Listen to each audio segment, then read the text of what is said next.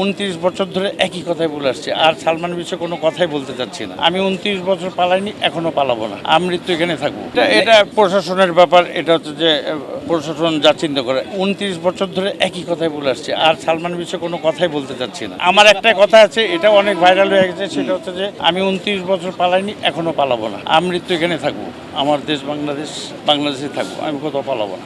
আর বাদবাকি যে ব্যাপারগুলো ভাইরাল হয়েছে ওগুলো আইন আদালত বুঝবে, প্রশাসন বুঝবে, তাই না? আদালতকে সম্মান করে বুঝবে। ওনারা ডাকলে আমি যাব। পাবলিক কি বললো না বলে, এআই এর যুগ, ডিজিটাল যুগ, তাই না? এখন একজনের ছবি আরেকজনের সাথে লাগে নানারকম কথা বলতে পারে। তবে এদের বিরুদ্ধে আমি অ্যাকশন নেব। এদের বিরুদ্ধে হ্যাঁ, যারা আজগবি কথাগুলো বানাচ্ছে, আজগবি কথাগুলো আওড়াচ্ছে, তাদের বিরুদ্ধে আমি ইনশাল্লাহ ব্যবস্থা নেব, ইনশাল্লাহ। কারণ সাইবার ক্রাইম বলে তো একটা কথা আছে, তাই না? অবশ্যই one of the part of my soul. সোজা হিসেব শেষ। আমি প্রথম থেকে বলে আসছি, এখনো বলবো, আমৃত্যু বলবো, সোজা হিসেব। আমার বন্ধুর জন্য আমার কষ্ট লাগে। এখনো আপনারা দেখছেন কি না ওনার চোখে পানি? একজন আমাকে কথাটা একটু সুযোগ দেন, কারণ আপনারা এই জায়গাটা থেকে অনেক কনফিউশন, আপনারা গুজবে যে একটু আগে কথা বলছে, আমরা গুজবে বিশ্বাসী। ঠিক আছে, এই জিনিসটা নাও, সালমান ভাইকে অনেক অনেক ভালোবাসে।